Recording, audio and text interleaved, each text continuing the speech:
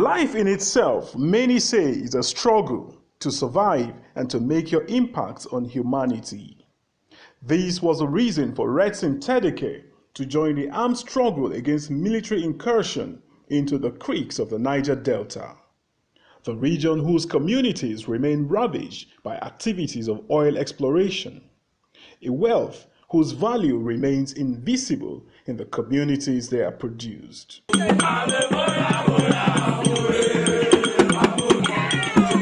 After many years in the creeks of the Niger Delta in armed struggle against the government, armed with economic sabotage, a struggle many militants believe is for the restoration of their community's glory, Retson has found a new lease of life in the peaceful and serene community of Gate in Nasarawa State, where his vision for a brighter Nigeria is helping him mobilize and motivate young Nigerians to build a sustainable future through agricultural value chain.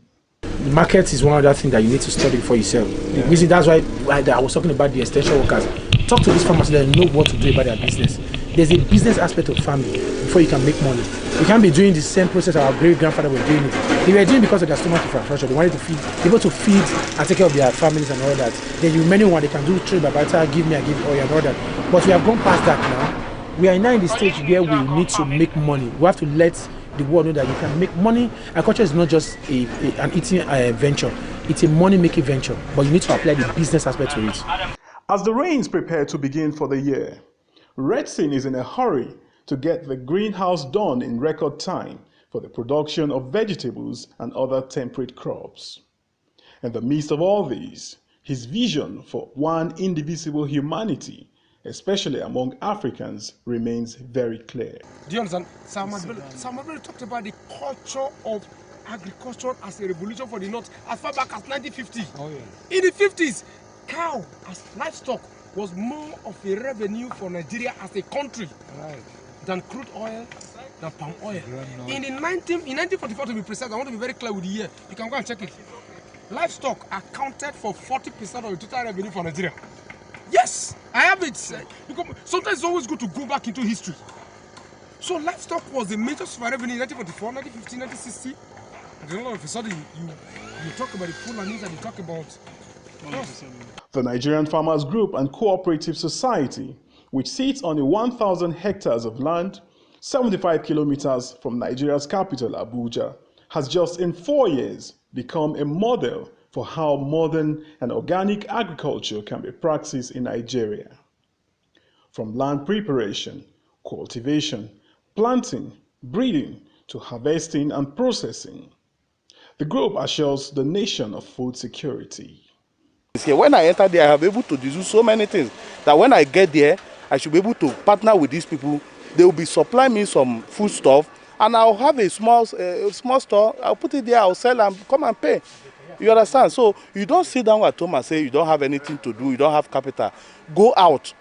You understand? Go out, believe yourself that if you go out, you can do 1 or 2 things for yourself. Not until somebody give you cash. Considering his family background, especially having a father who has attained the highest heights in academic pursuits by becoming a professor, one wonders what attracted him to militancy in the creeks. An avid reader with an enviable collection of books, Retson lives his African ideology daily. You see, one of the biggest advantages and development and knowledge from the creek is knowing that violence accomplishes nothing but builds more enemies. I ran away from the creek because I was going to be killed anyway. You see, the creek, when we started from in the Niger Delta, our insight was it was a revolution that was premised on liberating our people. But then we forgot, all of us forgot, that in thinking about the revolution that is able to free your people from the insanity of the oil industry in creating a Western hegemony, a process where the West still dominates, but we become tools for the West in using our own people to furnish and then build their own society for the interest of our people, for the interest of our people, but we think we're doing it for our people. that the ultimate goal was their interest. Development is as much a function of armed struggle as it is a function of national growth. Excuse me. While armed struggle will give you the power of the gun, the national development will give you the power of ideology and the focus of national development and regrowth. So I got to that moment where I asked the question, should we continue to use arms as a subject, as a weapon of intimidation to get what we want as regards the West? Because we're always going to get money. Or we drop the arm and then think about our people. Once you drop the arm and think about your people, you create the enemies that do not want you to drop arms. People who always look at arm as a subject of, take note, they see it as illusion. There's this thinking in their thought that, yes, we can use arm to develop our country, communities. But what they fail to realize is that arm becomes a source of strength. Bros, they swear for you. I get gone, they look me, they talk. You see, at that moment, it's no longer a subject of growth. It becomes a tool of power. So when you eliminate that, then think about the people. And once you begin to think about the people, you think about what? Roads, rural electrification, water system for the people, and economic development. Retson, together with a few friends, obtained a credit facility with which they started on a small scale. Over time, they have integrated the project into a farm community where everything is produced. Because the foundation of real economic growth is, like Professor Moses Tedheke, the late Professor Moses Tedheke will always say, is that we must ask the real national question. What is the real national question? Nigeria is 200 million people. 200 accounting. About 210 million now accounting. They need to feed. They need to eat. They need to sleep in shelter. They need to have water. So it is beyond the population. It is now looking at the components of the economies that are capable of sustaining that population for real GDP growth, for real national growth, for real economic empowerment, for real manufacturing job, for real processing job. Once you begin to see the population in that light, you can no longer think of the gun as a solution to the problem. You begin to see the gun as a problem to the solution. That was what we saw that made us leave the creek and then look at the farms. Because what is it that the farm will do? Okay?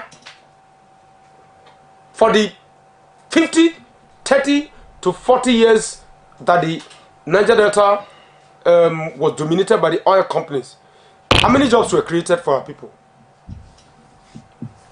If you do your head, you cannot count 100,000 jobs created by the oil companies. Also the business section. Yes. But what does agriculture do?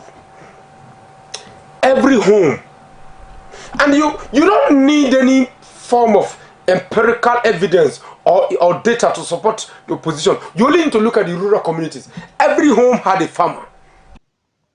In the last few years, Nigeria has suffered devastation from conflict between indigenous farmers and migrating herders, leaving a death toll of unimaginable proportion as a result of struggles for greener grazing areas in the central and southern states as the Sahel region continues to dry up due to desertification.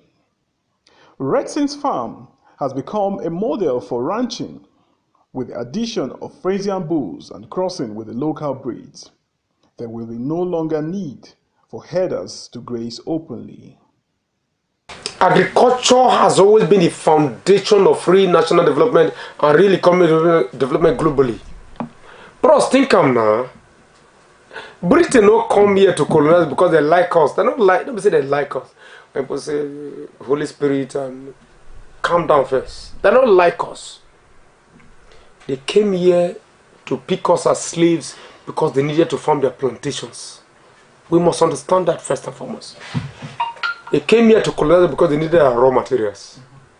So whether you're talking about slavery or you are talking about colonialism and then neo-colonialism, where you now use saboteurs within the system to destroy the system for their own interest. All of them are part of systemic control.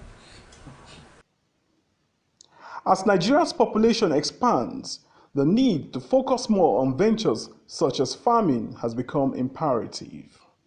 More importantly, when young minds are positively engaged, it is difficult for politicians and anarchists to rent their minds for sinister motives.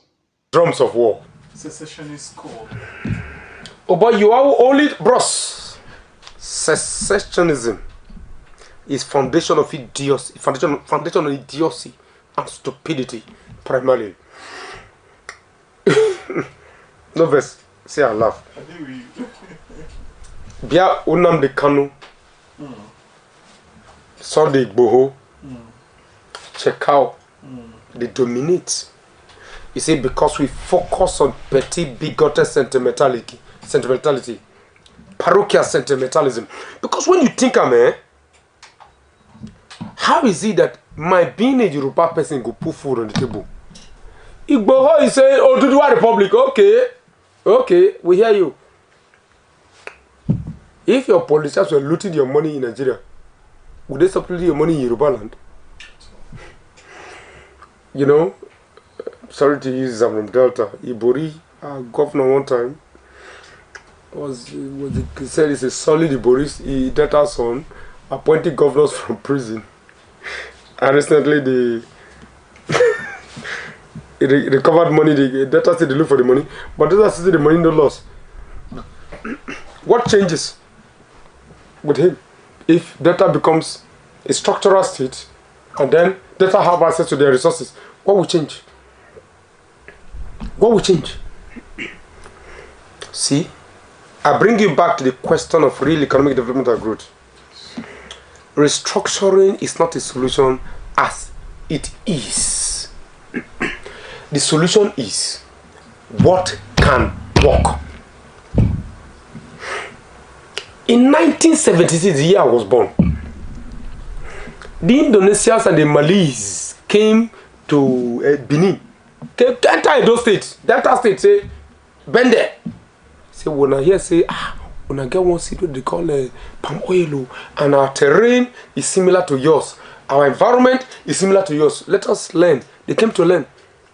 As I speak to you, Indonesia and co do about $10 billion worth of palm oil. Worth of palm oil every year. $10 billion worth of palm oil every year. The hydroponic plant on the facility has made it possible for grasses to be grown for animals within 7 days, mostly from grains gotten from the farm. Today, the farm has moved from just an idea to a reality, where the dreams of many young Nigerians are being realized. This is where we do all our flowers and all these things. Our people are working now. We are doing the maize flour. We are doing the maize flour.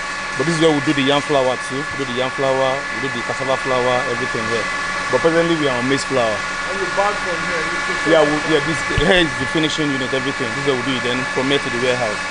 Adamu Gate has secured admission into the university, where he hopes to equate his experience, passion, and career.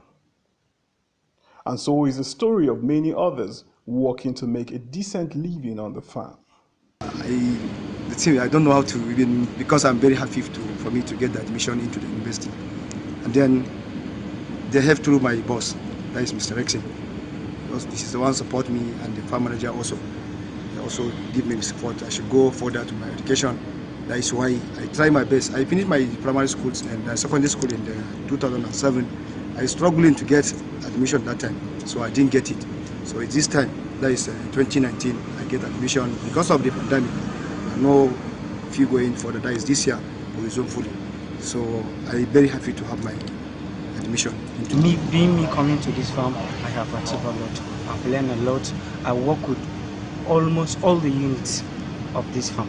I work with the rice mill, garri processing unit, yam flour mill, the carpenters, the masons, I even follow the Fulanis to the grazing. I have achieved a lot. With this farm, I have become one of the best students in my department. With this farm, I graduated with an upper in the school, of which I'm still in the farm. I'm still working, I'm still earning, I'm getting money to sponsor myself for school. I'm the one doing whatever I'm supposed to do in terms of my academy. As part of its corporate social responsibility, the farm is providing electricity to the community. This is in addition to a school, a clinic, with a massive irrigation dam, which also serves in the dry season. The farm, they are doing a very wonderful job for us in terms of employment and then social amenities for the community. Because as this farm come, like especially Gati community, I think it's even turned to the big city now, because they're having lights, good road, water, and good school, all provided by the cooperative. So we even thanks, and then thanks many. And then we have one community here, Manti. They even create road and do a bridge for us. Manti people have been having a good access to us to follow. So for that, we didn't have any problem around the community. Even the community don't want anything to touch this farm, except good things come. For Retson, life is continuously under construction, and the time to stop isn't just yet.